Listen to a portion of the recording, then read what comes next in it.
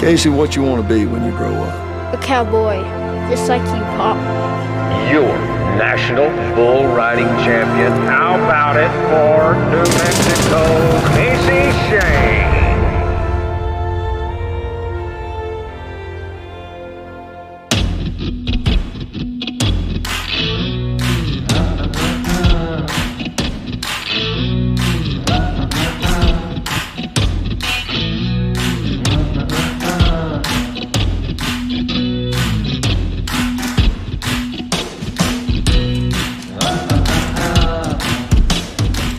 Hi, I'm Sophia Louisa Lee. Thank you so much for joining me for another episode of So Zoom In. Please hit like and subscribe. I greatly appreciate it. Today, we will be talking about the new movie, Peace River, God, Country, and the Cowboy Way. Personally, I like cowboys. Well, all right, I love cowboys. But what's really exciting, we're going to have the director, the writer and producer, as well as the two lead actors join us. I'm very excited to bring them to you, and we're going to be having a fun dialogue about how this beautiful movie got made. There is also a trailer that will be shown at the end of this video. Thank you so much for joining us. And today we're going to be zooming in on your beautiful new movie called Peace River, God, Country, and the Cowboy Way. Ben, I'm definitely going to ask you what the Cowboy Way is, because I really don't know, but it sounds awesome because I really like cowboys. Douglas, I want to start off with you. When I first met you, when we were doing your first film, you were so committed to creating film through God or because of God. And I love that about you, because you have such a strong commitment to the art and the craft of filmmaking. And you really just put your whole all into it. And so I want to, first of all, introduce you, Douglas James Vail, and I would love for you to have the chance to talk about how Peace River came about. Oh, yeah, sure. And I'll keep it pretty brief because it's a really cool story where I screened my first film, 40, The Temptation of Christ, and it was at the International Christian Film Festival. It was in May of 2019. And it was a pretty small audience. There was such a competition for screens that day and at that exact time, so there wasn't a whole lot of people that came in. But one of the people that came in was this man named Benjamin Jones. He sort of stumbled in, and he wasn't really planning to come see my film. He was there to see another filmmaker, to see another movie. So it was sort of an accident that really turned out to be a massive blessing in my life. So he watched the film, he stayed, he watched your performance, and he had a great experience with the film and decided to pursue me after he watched the screening. So that's kind of where it all began. And then when he started to tell me about his, desire to make this film that he's been working on for a number of years, I felt like I was just coming out of that, making my passion project, which was my first film. And it was obvious to me that this was his. And, so when I met with Ben, I said, like, I know exactly where you're at. I know making this baby happen is a big deal for you. And I want to be right there with you when we do it. Of course, I read the screenplay, and for a variety of reasons, I was excited about the story. So I wanted to get involved. And that's kind of how the whole thing kickstarted. We were perfect strangers. Yeah. Well, you were brought together for a reason. That's yeah, absolutely.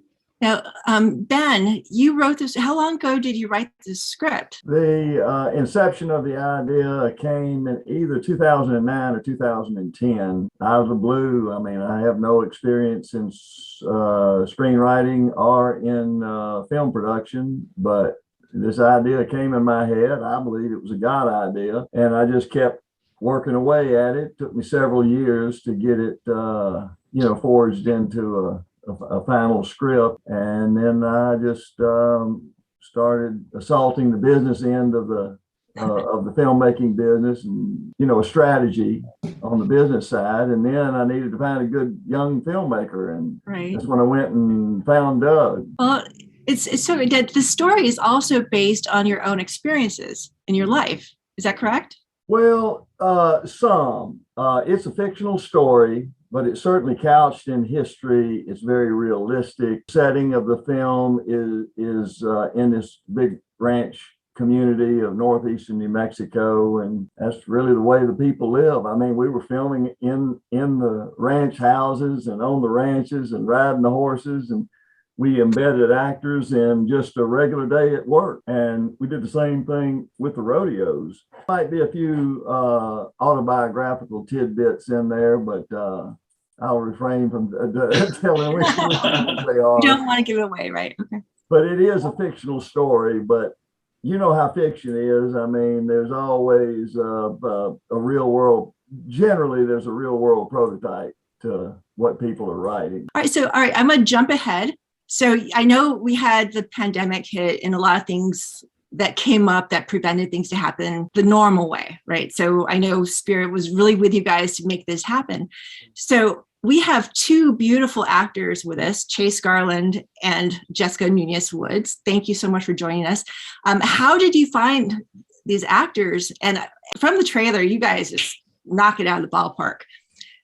How was that whole process, and what was it like seeing these actors bring your story to life for you? I'll take a stab at that one. We had over 800 people audition to act in this movie. I mean, when the lockdown occurred, there wasn't a whole lot of work going. So we didn't even cast a broad net. So we had a huge number of people who wanted to act in this film. And Jessica came up on the screen, and they both shot to the top of the list. I'm not sure I can exactly describe how or why they shot to the top of the list, but they ended up at the top of the list, and we were real happy that we found them. They're both incredibly hard workers, professionals in their craft, and they both bring Hollywood glamour and what I call a Kansas work ethic. Right, so, Jessica, we'll jump to you. First of all, where in New Mexico and Texas, right? Or where? Okay, so where are you based out of? Well, during casting, I was based out of Los Angeles, where I had previously been living for a few years. But due to COVID, beaches shut down, trails shut down, really nowhere to go.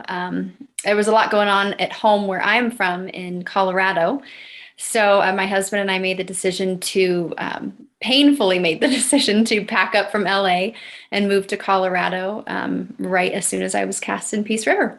Oh, wow. All right. So, but you had the chance. So the whole shooting, did it happen all at once, or do you break it up and do in pieces, or how did that work? Yeah, so we shot in New Mexico for a little over a month. We shot all the way through. And then I believe it was a couple months after that, we went to Texas and did a little bit of filming there as well, unless you guys remember it differently. But that's how my experience went. All right. So what was that like, stepping into a lead role that really is telling a generational story? Because, I mean, you cover a lot of time within this film, right? What was that like for you, taking that on? Yeah, absolutely. You know, it was... it's truly been an honor to be able to step into this role and to bring this amazing character that Ben wrote to life. There's so many different facets of Maria Martinez that we get to see. You really get to see the positive, encouraging virtue that she brings to life, but you also see her go through some really dark times. So it's just been really exciting to bring parts of my own life to this, bring parts of Maria's life into my life. It continues to be an open door of, I don't know, communication and language that I get to now live with. Well, I can't wait to see the whole movie. And I wish I had seen the whole movie before this discussion, but I know things come up, but again, I've watched the trailer like dozens of times and just like, oh, I love it. All right, so I'm gonna come back to you. All right, Chase, all right, you are taking on this incredible role also, and it's great to see you as the rodeo champion cowboy to, a military man. And it seems like what's a lot happening in the film is kind of happening to a lot of people right now, it seems like. What was that like for you, taking on that kind of role and bringing it to life? Wow. So when I found out I was going to do it eventually, it was incredibly exciting and incredibly nerve-wracking at the same time. I mean, I was scared I wouldn't be able to pull it off, truthfully, but I guess luckily, to give myself credit, I took that and made sure I did everything possible to tell the story in the best way I could. I don't know, obviously, because things in my life, obviously it's hard to relate to everything that Casey went through in this movie, because I'm never gonna know what it's like to experience the things that he did. So for me, it was a lot about just opening my heart and empathizing with what that could be like, and just trying to see it through his eyes. And yeah, for that and imagination was kind of the only way I was able to deep into what it was to be Casey. For me, you know, as much study and technical work as I could possibly do, and that's all great. But I didn't really fully grasp it until I met this man named what was his nickname? Pepper. Bobby Pepper. West. Yes. So Yeah, Bobby West. It wasn't until I met Bobby West on set and I saw how he felt about, because he went through the same things. And it wasn't until I looked into his eyes and looked into his soul. And then that's when I'm like, okay, I get it. But before then, all that, it was all just philosophy up until that moment for me anyways. Wow. Well, and then you're also working with Doug. And it was my experience that when there was always a block, God always provides something to like make it happen. You know, it was like, Doug, there's something about you that you just kind of make this magic happen. It's like a gift, I have to say. But all right, so for both of you actors, what was your biggest challenge of the film? What would you say over the whole experience, whether it was the character or the story or something that was really your biggest challenge that you felt once you got over it really contributed to that oomph? What do you say? Or would you say there was that kind of moment? I think personally, if I can go first, Chase, if you're good with that. You know, on this set and due to COVID, circumstances were changing day to day, sometimes minute to minute. So we just had to get really flexible with schedules changing dramatically. The order of scenes, who was going to be on set, needing more people on set. I mean, there was so much that was thrown into the mix. So I am really grateful that I could learn a new freedom of just rolling with the punches, be as prepared as possible for whatever scene may be thrown at us that day. Maybe, you know, 5 scenes that I wasn't really expecting to be filmed in one day, just had to get ready and prepare for.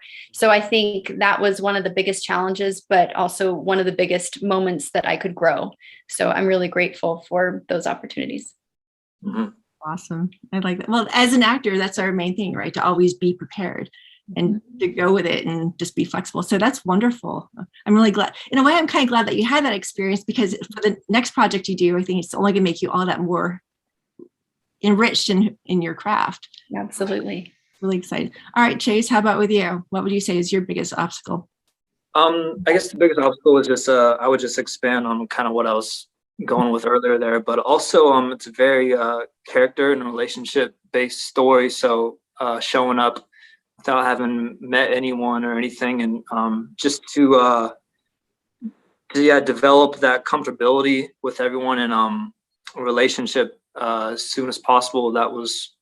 It wasn't challenging, but that was probably the most important thing. And I guess what we lucked out on is working with a bunch of amazing people, because it's not like we didn't have time to build these 10-year-long relationships with the other actors and characters. So just to show up from day one and be lucky to be with amazing people and get that going right away, because I think like we shot one of the most important scenes like the first week, so so there wasn't a lot of time for that. So luckily Jessica, Ben, and Doug all that were incredible, so we were able to become tight-knit pretty quickly. Oh, that's great. All right, so Ben, I have to go back to you here. All right, the title, God, Country, and the Cowboy Way. I love that title. What exactly is the Cowboy Way? Well, the Cowboy Way is a rugged individualism, Americana at its best. It's the frontier, it's courage, it is the love of liberty and freedom. And generally within the cowboy community, there's a high level of theism in the cowboy community. I mean, these guys who get on 2,000-pound bulls for a living, and they know that any one of them could end their life to force an individual to face their mortality, which involves them dealing with, hey, do I believe in God or do I not? There's this rugged individualism. There's a courage to it. There's a love and a compassion. There is a friendship is a big thing in the cowboy community because cowboy is tied to the old open range. And when you were out in, I mean, these were people who worked in very remote areas doing dangerous things. Horses can kill you, cattle can kill you, rattlesnakes. I mean, you got all this stuff. So there was a camaraderie that develops within the cowboy community. And it carries out even to today. Everybody, they call it neighboring in the ranching community. You know, you have a roundup on this ranch one minute, and everybody goes over here and helps on this ranch. Then the next day they're over here. And the other thing is, the way I describe it is this film is a feminist film in that it holds women in really high regard. And that comes from the frontier. The women who followed their men into the frontier were strong, independent, rugged, and it carries through to today. You go to any one of these big working ranches and almost every roundup, you've got women riding, roping, cutting, branding right alongside the men. So we think we portrayed that in this story. All right. Well, in the trailer, you have Maria giving Chase a good punch. I thought, awesome. I mean, that looked pretty awesome, I have to say. It's like, okay, I want to find out why that happened. But all right, so you're gonna. I didn't do anything at all, actually.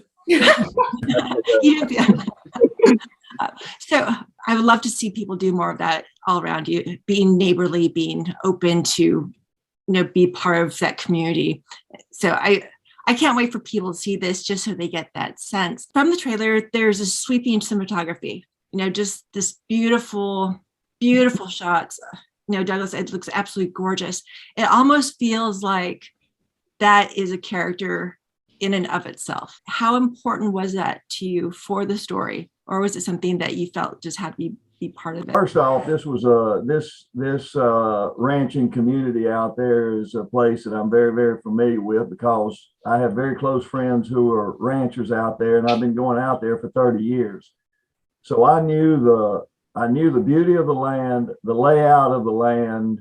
I mean, when I wrote scenes, often I would know exactly where I was going to shoot it.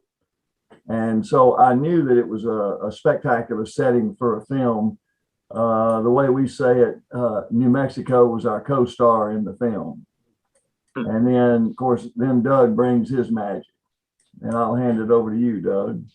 No, thank you, Ben. That's really sweet. I was totally an outsider when it came to this sort of way of life and genre. So in a lot of ways, I was led by Ben in the journey, showing me, all the different locations and all the opportunities. And anyway, I was kind of like an empty vessel, so to speak. So when he was kind of bringing me in and explaining the world that he saw in his eye, my best guess was using whatever technical skill I could to sort of convey what he was communicating to me, because he was very, creatively descriptive, and he is with his words. He's very good at sort of painting the picture. Even before we would go, he would almost sell the vista to me before we would even go check it out.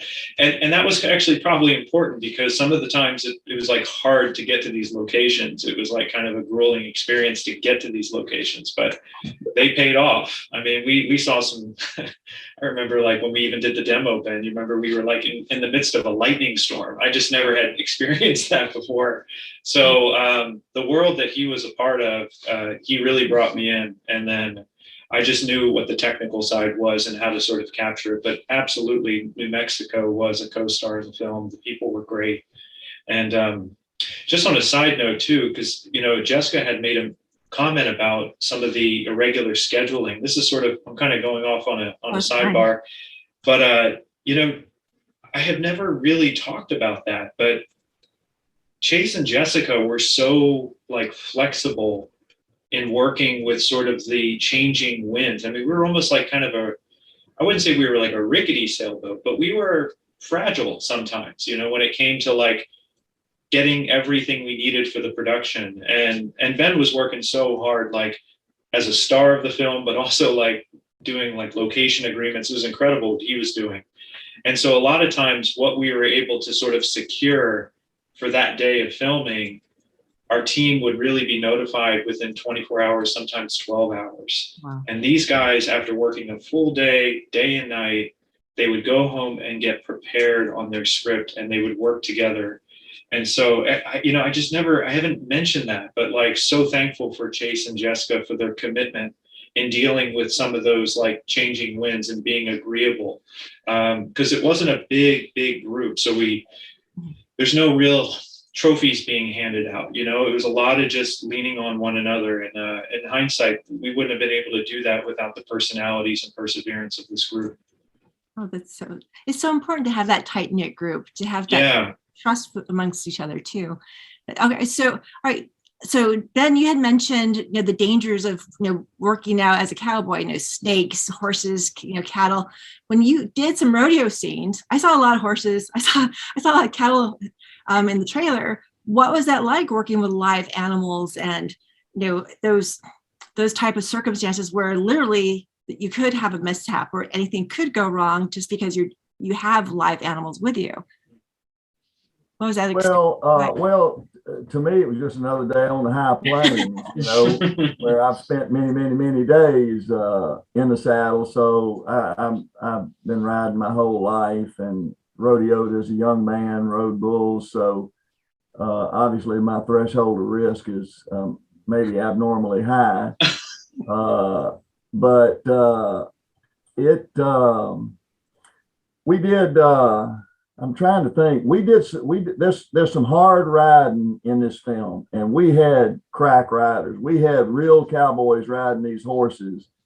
I guess the closest thing to a non-expert was my son, and he insisted that he was going to do his own riding. And we did have some danger there because the day we shot the battle scenes, the horseback battle scenes, there was a lot of hard riding at a dead run. And when it was all finished, I realized that my son had military boots on with knobby soles, and he was riding in what we call oxbow stirrups, which is a metal ring. Uh-huh. So if he had fallen off, it could have killed him. I mean, he'd have probably been dragged to death. And I was just, my heart about fell out of my chest when I saw what he had done. But he never fell off the horse, so we never had a problem. But he was riding with one hand because he had his rifle as well. Exactly. He's riding with a 20-pound rifle in one hand, the reins in the other, and they are at a dead run, and we're in rough, broken country in New Mexico. It was pretty dramatic. Yeah. And then the rodeo scenes, we basically embedded our actors in real rodeos. We embedded our actors in real roundups on the ranches. We embedded our actors in real rodeos. So it has a very authentic feel to it. So Chase, did you actually get on a horse, and did you do any rodeo stuff yourself as an actor, or were you just kind of, how do you guys do that? I mean, because Chase is the rodeo champion, right? You became like the rodeo champion? Yeah, I didn't do anything over a trot because I'm absolutely terrible and I'd never ridden a horse before. So luckily they didn't let me do what Ben did, because I would have absolutely, yeah. But my stunt double Marshall, who's the actual, he's like the actual rancher on the Cowboy, he did all that stuff for me because yeah. And they had stunt doubles at in Dallas too, because that's like Ben said, that's, you gotta have a little crazy in you to do that. Or experience. Yeah, that wasn't me. But I wasn't to the craziness of having the animals. Is there's a few scenes where the chaos of working with those animals adds to the quality of the movie. There's a particular battle scene in mind as well. But yeah, it just adds to the realism of it. Wow. All right. How about you, Jessica? Did you have to get on a horse? Yeah, I was super excited. I grew up riding horses, so I was really grateful for the opportunity to get back on. Had amazing stunt doubles as well, because even though I grew up riding horses, I am not a professional barrel racer. I would have loved to be, but I had two wonderful ladies that I got to work with very closely. And yeah, there were, like Chase said, there were some moments where you have a live animal who's just been revved up and ran full of adrenaline, and then you have to hop on this horse. And I had really wonderful people, these real working ranch hands that could give you input, give you advice, say, okay, if this horse takes off on you, this is what you got to do to stop.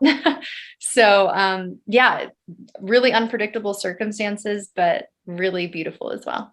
Sounds like a great experience. I'm really glad you had that. All right, so Douglas, first time working with animals like this, what was that like for you as a director? Because they say never work with children or animals. So I've heard. There was a couple of days where, there was like a specific sequence in front of a stone house during a pretty important military sequence. And I remember when we were in front of that stone house and we were trying to choreograph all the notes that were in the script. And I think at some point, I remember looking at the scene with like maybe four or five horses, lots of trucks and vehicles around. And we only had like a couple hours to like make all this stuff work. And I remember thinking like, I'm not going to be able to pull this off. It's just not, there's not enough time. There's not enough. Like there just wasn't enough going on to where we had enough support to make it all work. And somehow, Marshall Zimmer is somebody that Chase just mentioned, but this guy is just unbelievable, like cream of the crop, incredible ranch hand. He was one of the, he worked with the team that sort of corralled the horses and sort of guided them. So he was constantly like negotiating my requirements with sort of the temperament that you need to communicate to a horse. So he would, hear what I had to say and then really communicate that to the horse. And it got to a point, I remember when I was sort of boiling over, not because of anybody particularly, but just it's a lot of animals that need to sort of be where we need them to be to make the scene work with the situation that we had, because there was conditions of the house, there was cars to the right, and just getting my framing exactly the way I needed it. Everyone needed to hit their mark. Yeah, try telling a horse to hit their mark, let alone like four. And then you had to kind of create the drama. And I mean, honestly, that sequence that I'm referring to where the men are sort of fighting for their lives in front of that stone house, it's a really powerful scene. And I really don't know how it happened. I mean, in hindsight, it was a total blur, and I'm just thankful it fell into place. But that was a scary moment for me shooting. I really felt like my hands were tied. Sophia, Yeah. Sophia, I've got to say this. The production of this film, there's no other way to say it. It was a miracle. There were so many things stacked against us. We were limited in our budget. We were under the cloud of COVID. We lose our star actor on the first day of filming. We have to shift in response to that. We lose two actors that we lost three actors on the first day of filming. Oh, wow. We have to shift 20 scenes from Texas back to New Mexico. We have Chase and Jessica who have taken on the role of their lives, the most challenging role they've ever had, playing complex characters, and they didn't know from day to day what was coming next. Yeah. Sometimes we'd have to change it. I mean, it was a complex Rubik's Cube you cannot imagine. I mean, for 5 weeks, we worked 7 days a week, at least I did, 18 hours a day. It was the most challenging physical, emotional, and spiritual endeavor that I've ever embarked on. Wow. I think that's it right there. When you have that passion project, that thing that's so a part of you that that just has to happen, it's like God's with you and it's going to happen no matter what. And he's going to give you the strength and the courage to overcome any obstacle that comes your way. And you guys did it. And one of the heroes too, like behind the scenes, was Ben's wife, Meg. Because part of leadership is trying to create sort of an ambiance and a buy-in to get everyone sort of excited about what we were doing. And I was so kind of in the technical mind of what needed to happen, that it was really difficult to have that like proper bedside manner. I wasn't always the nicest person to be around, to be honest. Sometimes I was just overwhelmed and I just needed a break because I was trying to think about how to do the next set of sequences to the best of our ability with the time ticking. And what was really great about Ben and Meg as a couple, you know, the Jones family, they really like took it upon themselves to get us together in community and prayer at the end of the day, sometimes even before shooting. There were moments that it was necessary to kind of bring people together. And I really think that was a major reason why the glue was strong enough to get everyone to get up after a long week, 5-6 days, and say, okay, let's do it let's keep on going one more week. Those little things behind the scenes, it's everything, especially with a delicate production like ours. Right. And then you had weather too, right? Was like really bad. Yeah. Okay. So, but you guys did it. You worked together as a family and a team. And as a family. Yeah. That's exactly it. It was a family. That's what you have to do. And I'm so excited for you. Okay, so I have to ask, you're only going to have one night showing your the big debut of the film, March 3rd, first day of Lent, which I find it kind of cool.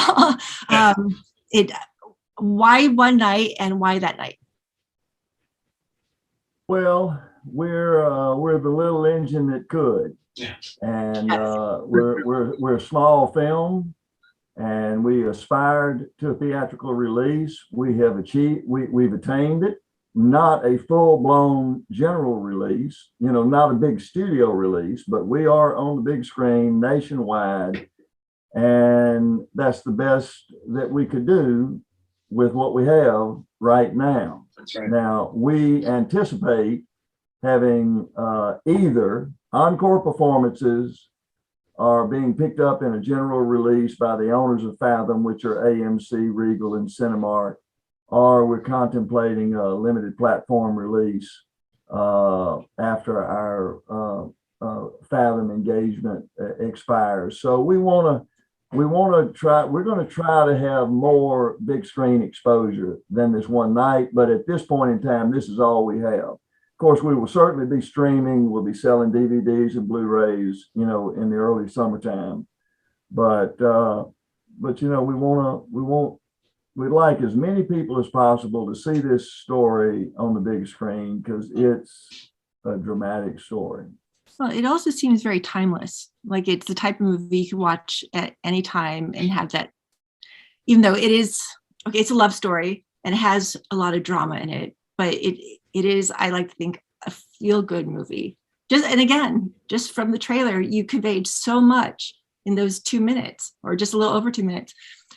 So I really hope it gets a broader release because I feel people will really relate to this movie. Do you have a sequel in mind, or that you would like to continue the story? We've got several ideas for offshoots to Peace River, and also some non-related projects. So stay tuned. We hope you have not seen the last of us. Oh, of course not. I mean, a story like that with so much passion and love into it, of course, it's going to go. You guys are going to just keep going. And Chase and Jessica, just from what I saw of you both, I mean, you both are wonderful actors. You're both incredibly good looking. It's like I see you both working, and so I really wish you both the best of luck in your acting careers. All right, one question I have to ask though, in this game of Hollywood, there's like all kinds of movies, and some are, not exactly Christian like, some are like really dark and deep. As actors, what was it like for you being in a faith-based movie where you are pretty much appealing to a certain audience? And I bring this up because I feel so many movies are so dark, and I really I would like to see more stories that are faith-based and that really appeal to a person's heart as opposed to their adrenaline. Get your adrenaline up a different way. But I know as an actor, you want to be able to work and act. But what was this experience like for you, and has it shifted your idea of what you want to do as actors? Jessica? Yeah. For me, there was such a high level of professionalism on this set, but there was a new factor that I had not yet experienced of family. And there was a safety and a security and a trust that I had not experienced yet. Compared to other sets, you truly feel like a dancing monkey. Like you just are thrown in, you are expected to do this, this, and that. And Doug and Ben trusted me in a way that I could know that I put in more work than I've put in my life before. And I could come and present myself and just trust that God was going to speak through me how it was supposed to be. And I put in the work, the time, and the effort. But what was captured on film is unlike anything that I have been in before. So the standard moving forward for myself is very high, which with the production companies, to the scripts I read, to the auditions I go on, this is now my standard. So I am so excited for what's to come and what will happen with this next, because I think it's going to be really big. That's so awesome. Congratulations. That's so cool. All right, Chase, how about you? The young lady. Yeah, so obviously one of the biggest reasons I said yes was because someone offered to pay me to act. So that's where it starts. But and then the fact that it actually had a good message and good context and heart behind it was just like the cherry on top for me, because I personally, I love movies and all its kind. And and even though this was a Christian movie, and I in my own life have a different version of what God is to me, but it doesn't just appeal to that community. It's still, there's aspects and virtues and all that still resonates with me. So it's not just it's for everybody. There's a core foundation behind it that anybody can get something from.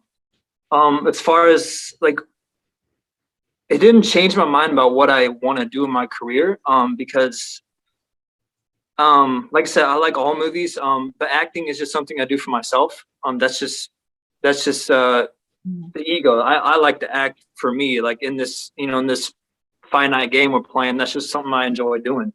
But it did finally allow me to look past to the next mountain I want to climb, per se. So I spent like 4 or 5 years just hell bent and working 90 hours a week, because all I wanted to do is act. And I'd never even thought about anything else. And then I do it. We shoot the film, had an amazing experience, and I come back home. And for the first time in my life, I finally asked, what else do I want to fill my life with outside of this? How do I want to serve? What's my bigger purpose? Because acting, that's just for me, but what I want to do outside of it. So Peace River allowed me to start asking those questions and figure out where the next part of my evolution of this life goes. That's awesome. So that's so cool to have that type of growth and enrichment from it. That's really beautiful. So very well. I see great things happening for you too. I mean, again, you're both gorgeous young actors. I mean, you'll both go far. Yes, you will. All right, but Benjamin, you really did write a beautiful story, and I think it's going to mean so much to so many people on so many different levels. When you started writing this, what was the message you wanted to convey yourself, and how did it evolve into what it is now? Well, I believe that great art should elevate the human spirit. It ought to inspire us. It ought to make us want to be better people. It ought to make us aspire unto a relationship with God. And so that's what I wanted to do. And there's this film has a very dramatic, divine human encounter. And that's what I want to communicate to people. I believe that, and of course, kind of a subtext here is, I think this film will help a lot of people who have experienced trauma in their life, whether military or civilian, will help them deal with it. And I think it will cause people to hunger for God, because there's a simplicity purity. I mean, it's a little bit of the old West in the 21st century. And I think that people are longing for that.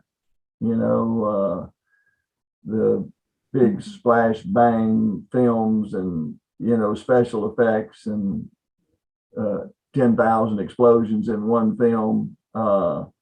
This is just kind of a old school film, and we're real proud of it. And I think that it will, to echo what Chase is saying, we believe that this film is a story and told in such a way that it will go way beyond just the faith-based audience.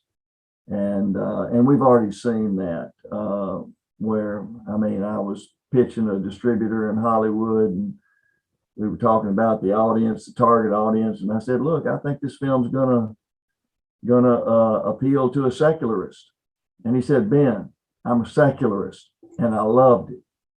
So I take that as a real high compliment. So we're excited about that it will go beyond the traditional faith-based audience. No, well, and you have rodeo in it. I mean, people love rodeo. I think so anyway. And then of course you have your bar fights, which looks pretty cool. And you got serious action going, which is nice. So right. And look, I've got to give my kudos to Chase and Jessica. I mean, it was such a pressure cooker environment, and it was I mean, we couldn't really get together. I mean, we were in the middle of a pandemic, and so they had to show up, and then we had this disruption of basically 3 actors turning over on the first day of filming, and we had to reschedule everything. Wow. I mean, plus, I mean, look, they had challenging characters that they had to incarnate on screen to begin with. Then you throw all these other complexities on top of that.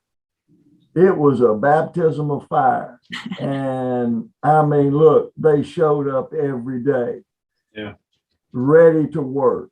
And they and they just did a fabulous job bringing these characters to life on the screen. That's so beautiful. I'm so glad you guys did it. And see, it was all meant to be. You guys made it happen.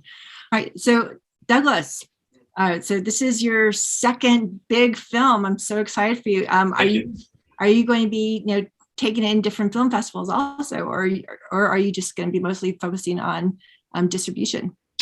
Well, yeah, I mean, so, Ben and I will be together. Same with Jessica and Chase. We're all going to be meeting together in Baton Rouge next week for the premiere night. So that's pretty cool, which will be the first time we all got together since Chase's wedding. Wow. Which isn't that cool? I mean, yeah. So, I mean, we all became pretty close on account of this film. I'll be at the International Christian Film Festival in May with Ben, screening the film there. I'm also going to be teaching a class, and I don't think I'm in any position right now to talk about what's next, but I do know that Ben and I have been talking about what could be next between us. So you never know, right? But definitely a great collaboration with everybody involved, and yeah, I would do it again. And it was hard work, but I would do it again. It was worth it. It was really worth it. Well, I see great things happening because of it. I mean, again, it looks absolutely beautiful. All the acting was just done, just beautiful. This word just keeps coming to mind, beautiful, and so moving. And again, I cry every time I watch it. It's like you guys really hit that heartstrings for people. And I think so many people are going to resonate with it. So I'm so proud of all of you. I know you have a very talented cast. Everyone involved was just absolutely amazing. And yes, I'm going off only the trailer. This is terrible, but peacerivermovie.com, where people can watch the trailer. I'm gonna go ahead and add the trailer to this at the end of it so people can watch it right away, know what we're talking about. March 3rd, you can go, was it Fathom events.com. Yeah, that's spelled FATHOM events.com, one word, for a one night only screening. 7 p.m. Thursday, March 3rd. Okay, and it's 3/3, first day of Lent. It's lots of happening. I say that because I'm still trying to figure out, okay, what am I do for Lent? I'm so very proud of you guys, and I can't wait. I'm taking my daughter to see it next week, and I hope lots of people go out and see it, and you get to show it many, many times. Thank you so very much for joining me. Is there anything anyone would like to add before we close out? Yeah. I just wanted to say, Sophia, when you go with your daughter, make sure to arrive 20 to 30 minutes early. You're going to see some really amazing interviews from the people who worked on the film. Right before, you'll see a little bit more context. And then if you stay a little after the film, you're going to see some deleted scenes and really, really exciting surprises. Oh, cool. Any bloopers? Maybe? No, not that I know of, unless Ben and Doug know something I don't. That sounds great. Okay, well, definitely. Thank you for saying that, because usually I like to get there right on time, but I will make it a point to get there early. So thank you. All right, Chase, do you want to add anything in yourself, or I know the lead man here, one of them. I don't think so. I think we covered it all. All right, cool. Well, you guys, again, both of you look absolutely amazing. I hope great things come out of this for you. And Ben, congratulations. You wrote a story and you stuck with it and you didn't give up on it. And, it takes a lot of work and a lot of time to commit to writing a script, but you made it happen. So bravo. That's not an easy task. So thank you. It was the adventure of a lifetime, probably the hardest thing I've ever done, but one of the most rewarding. Well, it's going to definitely pay off. And look how many wonderful people you got to be part of your project. It affected so many lives. I like to think in a very positive way. So you did that. So congratulations. Thank you. Thank you. All right, well, thank you so much, everyone. I will definitely be posting links in the YouTube description, and I will share it with you. And blessings for a beautiful opening, and I look forward to more from you guys. I'll be keeping an eye on all of you. Thank you. All right. Thank you, Sophia. It's great seeing you again. Yep. Thank you.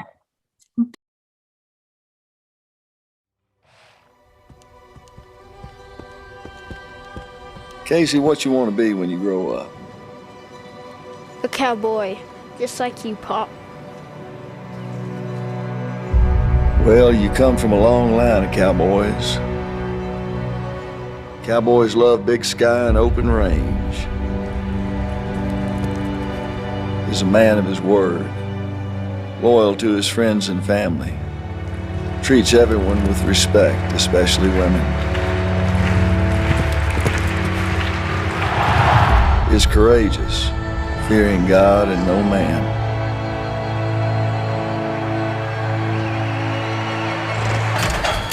You do that, and you'll be a rich man and a good cowboy. That's what I want to be. Never make the mistake of measuring wealth by money. Don't ever forget what's important.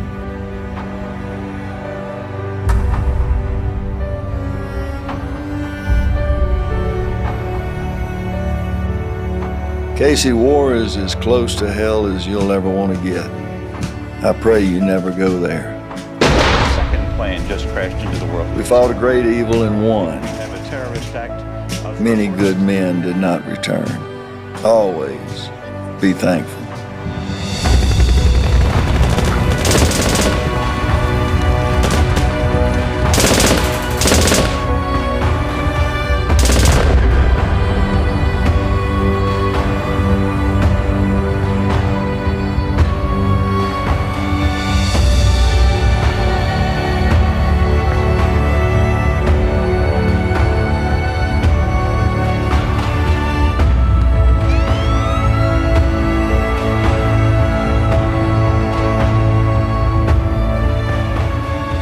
I was a wandering soul looking for a North Star, and I found it right here in this valley.